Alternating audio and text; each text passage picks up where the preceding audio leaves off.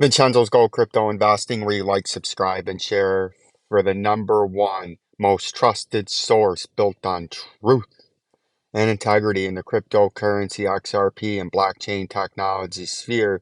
The number one influencer is Vincenzo's Go Crypto Investing. Bell notification, like the channel, subscribe, and share.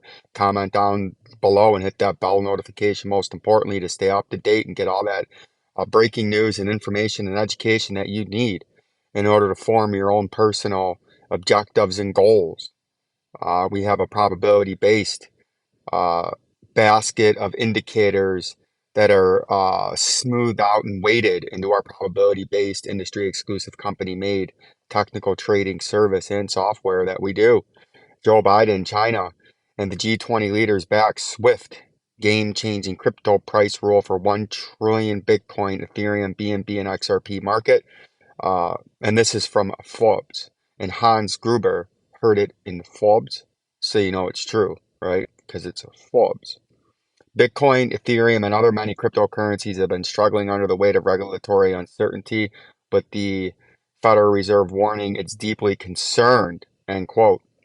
The Bitcoin price, after rocketing to almost 70,000 per Bitcoin, crashed as predicted by 2021 crypto insider and number one influencers Vincenzo's Go Crypto Investing had the bombshell breaking news back in early 2021 calling for a multi-year bear market.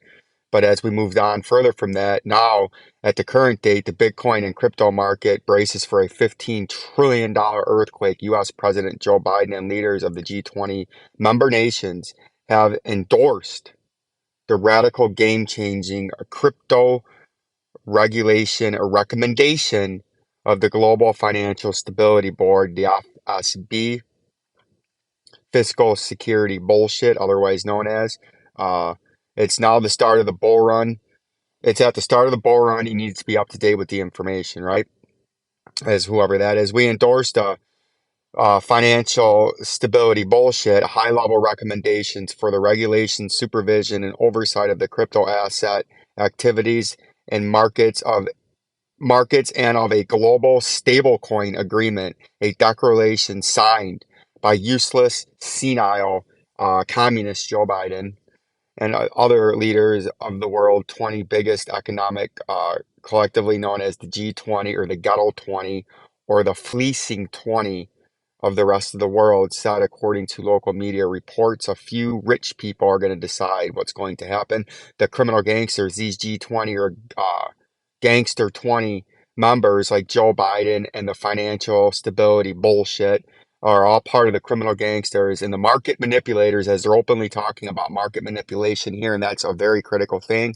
And they have infiltrated the United States government, the Federal Reserve, and the world banking system. And this G20, the gangster 20, are manipulating the market here and picking winners and losers, and they're open and out in the public about it, and you have to understand exactly what's going on. The new rule would require Bitcoin and crypto exchanges and companies to share information on crypto transactions between countries beginning in 2027, and that is when the cashless society is really going to go into full effect, 2027. The rules and regulations and laws have been put in place over the last several years, and they're going to go into effect in 2027. And the reason they need this new ruling by the gangster 20s is because they need to know if person A in America sends money to person B in Australia. They want to know that. They want to know where all the money's going cross borders. They see this, they're getting out ahead of it, and they won't launch this until everything's in place. Earlier this week, the financial system bullshit and the International Monetary Fund,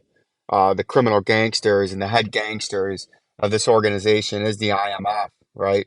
The International Monetary Fraud is what they're called, recommended crypto cross-border uh, corporation and information sharing to a joint report to the gangster 20s, warning that a blanket ban to outlaw Bitcoin and crypto would be costly and difficult to enforce. So they just want to know where all the money's going and have full control.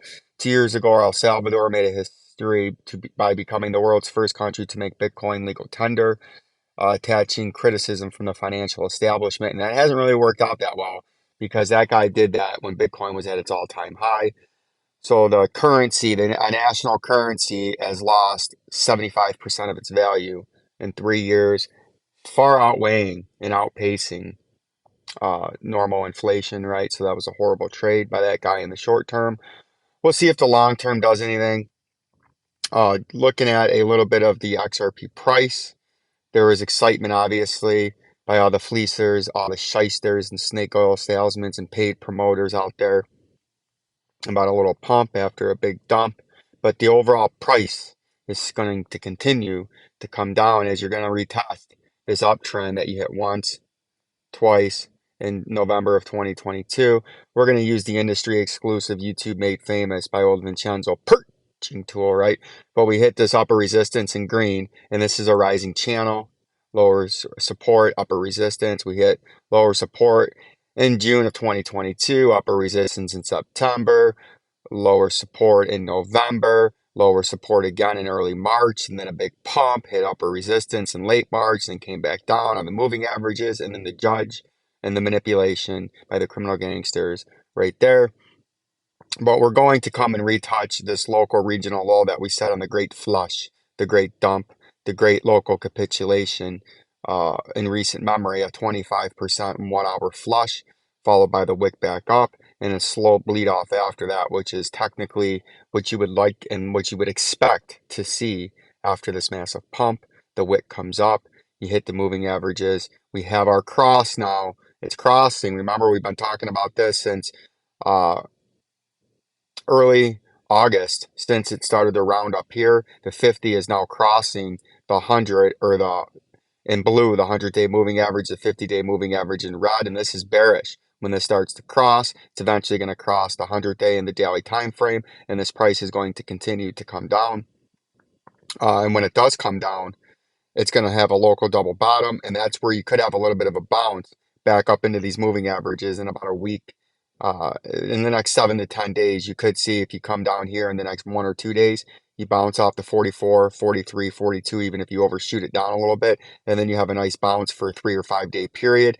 Then you trade sideways, and then you come on back down, because I do feel we have a date with that 37 cents that we see in the way zoomed out already left machine we started using as lower support back here in May of 2022, and we finally hit it for the last time in March of 2023. So nearly 1 year of just essentially trading within 20% of this line up and down like a cardiac machine, right?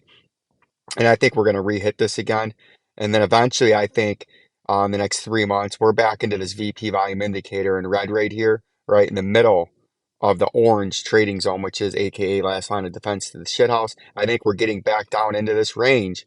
And the only thing that I'm watching out for is when we do get back down into there, if we slip there, because we did have this target that we made of a 18 to 24 cent price prediction made at the end, by the end of 2022, prediction made in 2021 when XRP was nearly $1.60 to $1.65, 68-ish, somewhere up in that range. And we got down to about 28 cents in 2022. But I think we have a date with capitulation. I think we have a date with a massive shakeout of all the weak hands, of all the people that shouldn't be in the market, that don't understand the crypto market, and don't understand the players on the field that they're trying to fight against, and they're going to get wiped out, they're going to get brutalized, and they're going to get hurt at capitulation. But that is at the exact moment where a once-in-a-lifetime financial generational wealth is going to transfer hands to the 1% coins, to the people that have been educated, to the people that understand the underlining blockchain technology and cross-border payments that can handle billions of transactions flawlessly, seamlessly, fastly, and cheaply, most importantly, to any and everybody that has an internet connection. And when that all takes place, you're going to have a wealth transfer like we've never seen, and it's going to be a sight. It's going to be a revolution, and it's going to be a beautiful day and a beautiful time as the world banking, the world financial system, and the people that have all the power really change into the people's hands that were educated, that were informed, that had discipline, that had the ability to make a game plan and follow it. And those that didn't will be left behind, and those that didn't will regret that they were not paying attention to the World Economic Forum, to the banking system, to governments, right? They weren't paying attention and they got fleeced, shysted, heisted, and brutalized because they just weren't paying attention, right?